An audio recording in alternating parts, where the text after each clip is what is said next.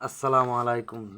যারাও ভিডিওটা দেশ প্রবাস থেকে যারা যে যে অবস্থায় যেখান থেকে দেখরা সবার কাছে আমার অনুরোধ, আমি আপনারা আগের ভিডিওত করলাম ডাইল খাবাইরাম, এখন তারারে হয় দেখো ডিম বিরান দিছি কইরা আপনার মাধ্যমে কইছিলাম আজকে কাজও গেছি, এই জন্য তারারে ডিম বিরান কইরা দিয়েছে। প্রচণ্ড গরম থাকার কারণে কারেন্ট নাই, এ কারণে অন্ধকারের মাঝে একটা ভিডিও আপনার দেখানোর জন্য করা লাগে।